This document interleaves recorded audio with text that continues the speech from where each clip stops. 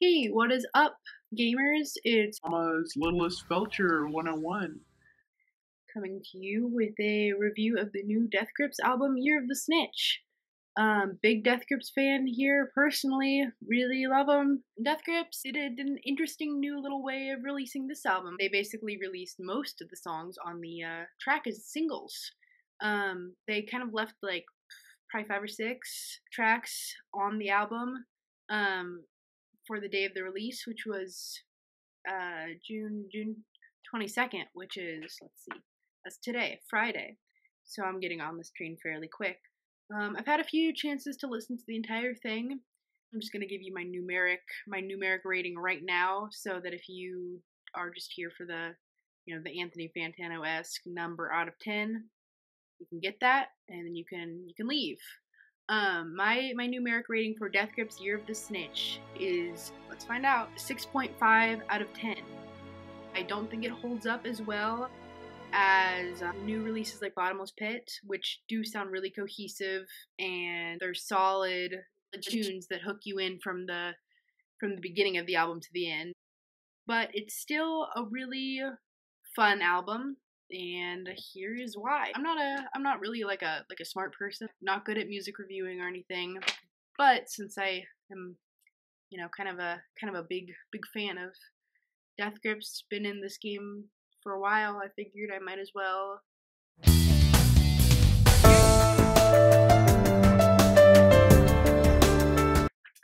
Year of the Snitch, first track, Death Grips is online. Death Grips has been teasing, kind of doing this whole inside joke where they, once in a blue moon, post Death Grips is online.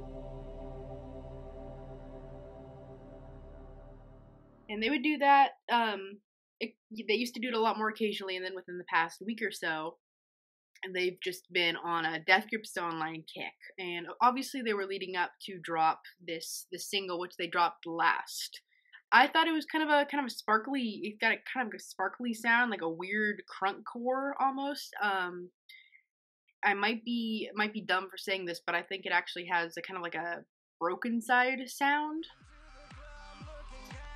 Which, if it's your thing, that's cool. And I say it sounds like broken side because that chanty scream sample that MC Ride, I don't know if it's MC Ride, but there's this chanty scream that that is they're big in the song. I don't know what Andy's doing. I think he might have like a newfound fascination with maybe just early 2000s, mid 2000s, like Razor flip phone technology, like just those obnoxious ringtones, because that kind of pops up throughout the album. So I'd rate that all right. Listen to it again. And then we have Flies. It's kind of got a sparse, glitchy, almost like there's like a little element of dubstep in this backing beat. Kind of an underwhelming chorus. This song most gives me kind of flashbacks to Neighbors on the Moon. Neighbors on the Moon, the first part of the Powers That Be combined with Ginny Death. Obviously that's not the real title of it, but just trying to be respectful and nice and peaceful. It's got that kind of glitchy, like sparse found object with Bjork sound. Nice descending fluttery instrumentals that really do give you that Fly sort of feeling. I don't know what a Fly feels like, but I think that MC Ride might. Black Paint, I think this is my second favorite Death Grip single off the Year of the Snitch.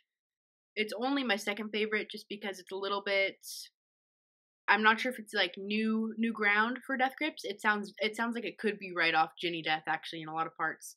But it's awesomely metal influenced, really aggressive. Drums, just perfect. Linda's in Custody. I keep thinking this is a Gary Wilson tribute with all his songs like Linda Wants to Be Alone. He is a good artist, kind of creepy. If you like, if you like Ariel Pink maybe, or I don't know, like demented Ariel Pink sex freak, then you might like Gary Wilson. But anyway, Death Grips. I don't really like Linda's in Custody. Kind of lacks that heavy bass, the really like just powerful sound that like Black Paint has. The horn section, drums are cool, but kind of tinny. More weird glimmery synths. Yeah, has Andy been using BlackBerry text tones? Ha ha ha. Awesome. Nice new sound for Death Grips that I don't know if they really have implemented before. There's nothing that's like a direct callback to any of their other albums. Catchy little instrumental. Um, yeah, then we've got Shit Show. I thought I was gonna like this one a lot more based off what other people were saying, that it was like really blast beaty and punk. Not crazy about the female vocal. It just, you know, some things rub you the wrong way. The outro I really liked. It sounded like a basement recording of like just kind of like a punk band practicing. Little Richard should have been an ILY's side project. It sounds like Zach Hill's doing the vocals anyway. It's just not good. I don't like it. Disappointed. Got that classic no love deep web drumming, very chaotic. I said amazing blast beats.